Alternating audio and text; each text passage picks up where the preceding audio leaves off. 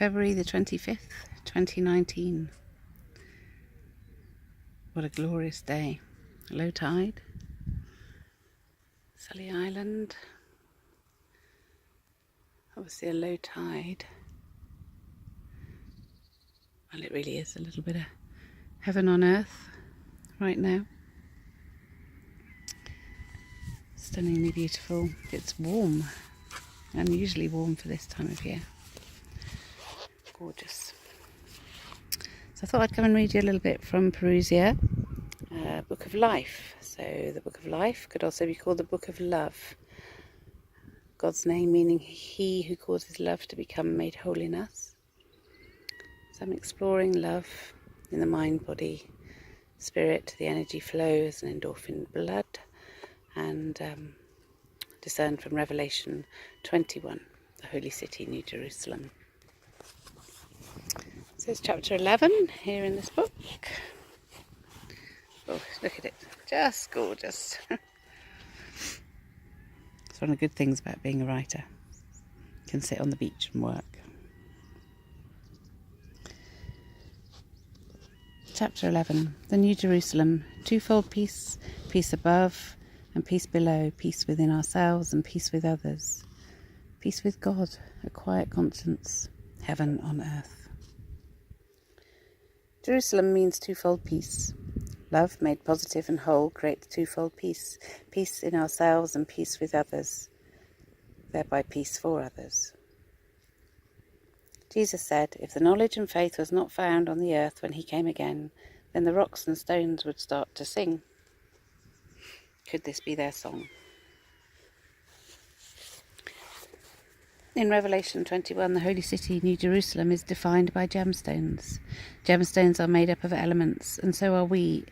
In fact, our whole universe is made up of elements. They originate in the stars and are the basis of everything. They are the chemistry that is the foundations of all life. Elements create gases, metals, solids, colour. They create everything. Gemstones and their elements are significant to us in that they affect our bodily functions, and they can be effective in a homeopathic fashion when they are worn on the body. Some work towards positive states of health and well-being, towards love and life. Others work towards atrophy and decay, degeneration, death and disintegration. This process of cell atrophy and renewal is vital for life and health and well-being. If we cultivate love and life, we can be happy and joyful and switch on our healthy cell mechanisms for life.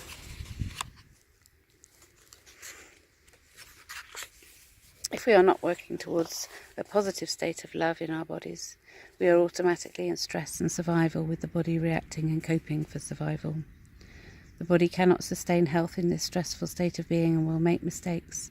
It will become ill and lose energy and vitality, health and well-being, leading to atrophy, degeneration and eventually death.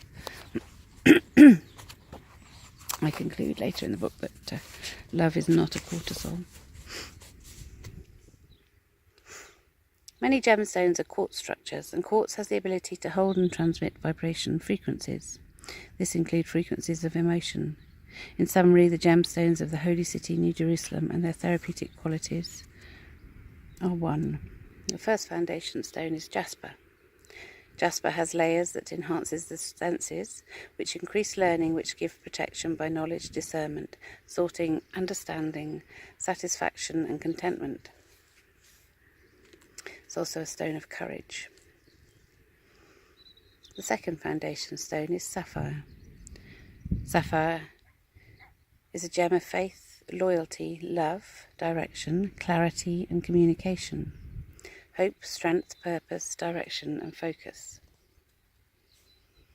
The third foundation stone is chalcedony. Chalcedony soothes irritations, emotional and physical spirit, overcomes fleshly reactions, brings balance, happiness, joy, suppleness, flexibility and strength. The fourth foundation stone, emerald. Emerald is peace, wisdom, understanding, emotions balanced, stable, compassionate, kind and loving. The fifth foundation stone is sardonyx. Sardonyx is a happy, joyous stone that soothes irritations.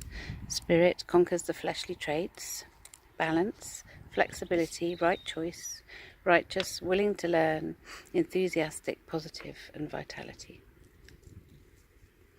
The sixth foundation stone is sardius. Sardius is for happiness, joyous, soothes irritations, balance, flexibility, spirit conquers flesh, right choices, righteousness, willingness, enthusiasm, vitality, and positivity.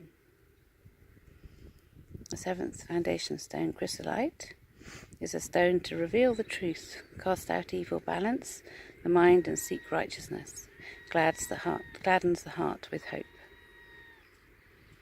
The eighth foundation stone is beryl. Beryl has emerald qualities of wisdom, peace, knowledge, discernment, awareness, self-control, righteousness, making the right choices, and is positive. The ninth foundation stone is topaz.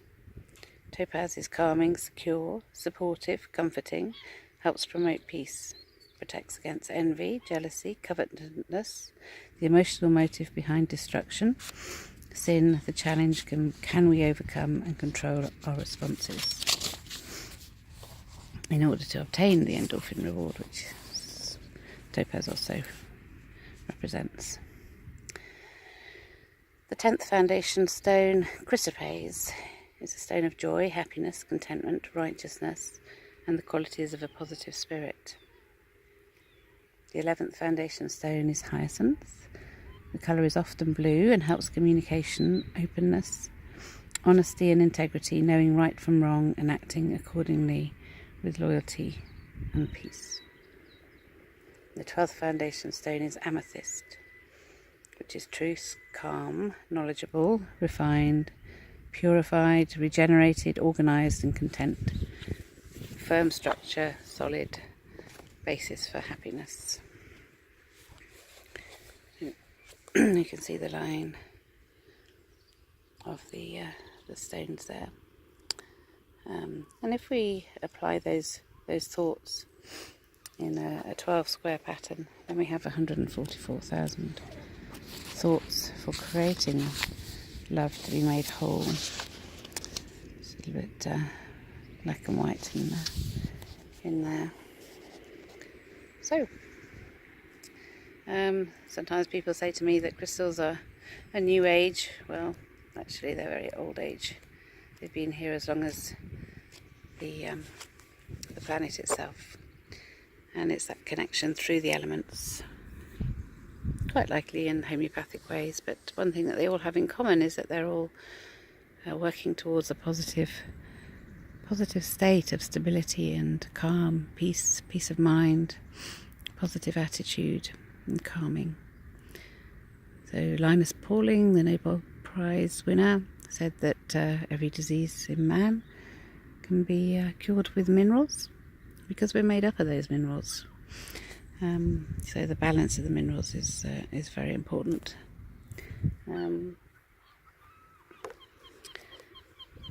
to show how we're connected, I have a poem called Molecules of Creation, about the element of iron.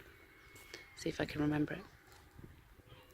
Iron molecules molten, spinning like a wheel of fortune for us here on a microsphere, in a macro galaxy of milky stars showing their ways on cloudless nights. Elements bursting red giants. Firework, supernovas exploding into macro lights, into micro lights. White dwarfs imploding black holes. Density, darkness, decay, destruction, till death.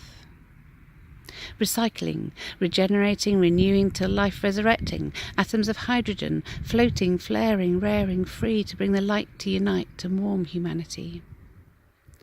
Atoms of hydrogen, bonding oxygen for water, for us to grow like flowers, able to blossom trees, able to fruit birds singing.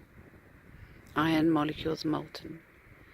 Hemoglobin in our hearts, our core, our blood, pumping, beating, oxygenating our microcells with macro elements periodically fueling our souls for some hazy, lazy summer days of love.